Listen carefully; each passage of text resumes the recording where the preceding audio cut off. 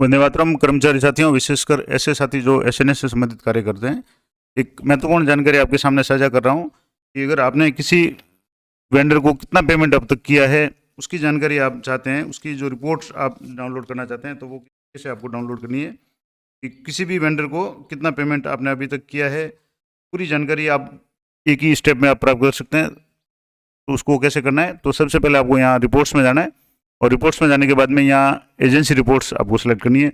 यहाँ रिपोर्ट्स में अलग अलग ऑप्शन आएंगे। बिल स्टेटस रिपोर्ट, जिसमें आप बिल का स्टेटस चेक कर सकते हैं।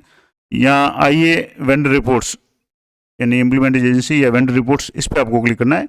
और यहाँ जैसे आप क्लिक करेंगे तो यहाँ आपको 3-4 ऑप्शन दिखेंगे, जिसमें मैं आपको एक एक के बारे में थोड़ा सा बता दूँ।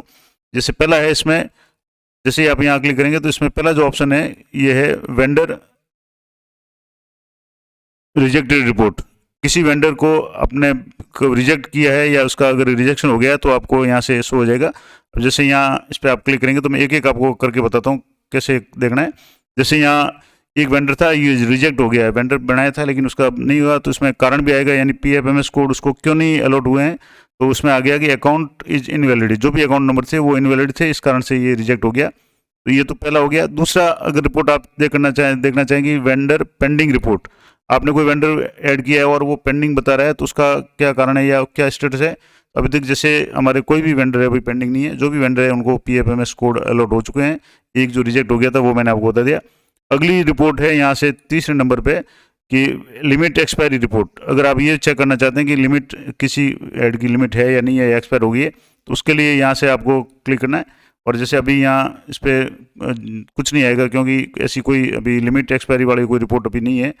अगला हमारा जो यहाँ जो ऑप्शन है fund allocation and expenditure report, कितना फंड एलोकेट हुआ है और कितना एक्सपेंडिचर हुआ है। तो इसके लिए आपको यहाँ से डेट सेलेक्ट करनी है। जैसे मैं यहाँ 1 जनवरी से लेकर के अभी जैसे आज की तारीख 2 मार्च तक का अगर यहाँ से मैं चेक करके आपको PDF पर क्लिक करेंगे तो यहाँ से आपको सामने ये जो भी आपकी जो एजेंसी है, यानी आपका जो जैसे सामान्य रूप से जो आइए विद्यालय है, उसको यहाँ से स्टेट का नाम आ जाएगा, स्टेट स्कीम का नाम आ जाएगा, एजेंसी का नाम है, आपके विद्यालय के नाम और कोड नंबर आ जाएंगे। लिमिट एलोकेटेड एक्सपेंडिचर कितना हुआ है अभी तक वो आपके यहाँ शो हो जाएगा। अनस्पेंड अमाउंट कितना है, कितना अभी खर्च नहीं किया है, वो यहाँ शो हो जाएगा। तो ये रिपोर्ट आप डाउनलोड कर सकते हैं।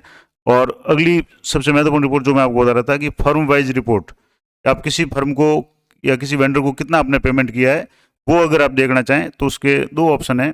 पहला तो है बजट एडवाइज, एक तो आप यहाँ से बजट एड सेलेक्ट कर लें, एक बैंक अकाउंट वाइज। तो बैंक अकाउंट वाइज भी आप सेलेक्ट कर सकते हैं। अब जैसे मैं एक अकाउंट को यहाँ से एंटर करके आपको बताता हूँ कि अगर मान लो किसी को वेंडर को आपने पेमेंट किया है, उसके अकाउंट से आप सर्च कर सकते हैं कि उसको अभी तक कितना पेमेंट हुआ है। तो यहाँ से आपको अकाउंट नंबर जो भी है वो यहाँ एंटर करने, और अकाउंट नंबर एंटर करने के बाद में यहाँ से जैसे शो PDF पे आप क्लिक करेंगे तो ये PDF डाउनलोड हो जाएगी। और इस PDF को जैसे आप ओपन करेंगे तो यहाँ आपके जो भी वेंडर है उसका यहाँ वेंडर वाइज जो फर्म वाइज रिपोर्ट है यहाँ शो हो जाएगी, जिसमें आपके बिल नंबर यहाँ शो हो जाएंगे, उसके रेफरेंस नंबर शो हो जाएंगे, सैंक्शन डेट है वो आपके शो हो जाएगी, कितने सैंक्शन नंबर और डेट है, फर्म वेंडर या बेनिफिशियरी का नाम यहाँ आपके यहाँ इस तरीके से शो हो जाएगा, ब्रांच ये शो हो जाएगी, टीवी डेट है यानी किस तारीख को पेमेंट हुआ है वो, बैंक अकाउंट है, और अमाउंट एक्सपेंडिचर अमाउंट है, कितना आपने उसको पेमेंट किया, ये सारी डिटेल्स यहाँ इस तरीके से शो हो जाएगी। तो ये महत्वपूर्ण जानकारी थी। अब समस्या, हालांकि आपके पास अकाउंट नंबर हो लेकिन मान लो अभी देखना चाहे और आपके पास अकाउंट नंबर नहीं हो, तो आप कैसे इसको चेक करेंगे। किसी वेंडर का अकाउंट नंबर आपको देखना है तो आपको सिंपल सा तरीका, आपको रिपोर्ट्स में जाना है और एजेंसी रिपोर्ट्स में जाने के बाद में रिपोर्ट्स पे आपको क्लिक करना है और यहाँ से आपको सेलेक्ट करना है वेंडर डिटेल रिपोर्ट। यहाँ जो 4 ऑप्शन दे रहे हैं, कंपोनेंट वाइज एक्सपेंडिचर और डिडक्शन एक्सपेंडिचर, GST डिडक्शन और वेंडर डिटेल रिपोर्ट, इस पर आपको क्लिक करते ही यहाँ से नीचे PDF का ऑप्शन आ जाएगा।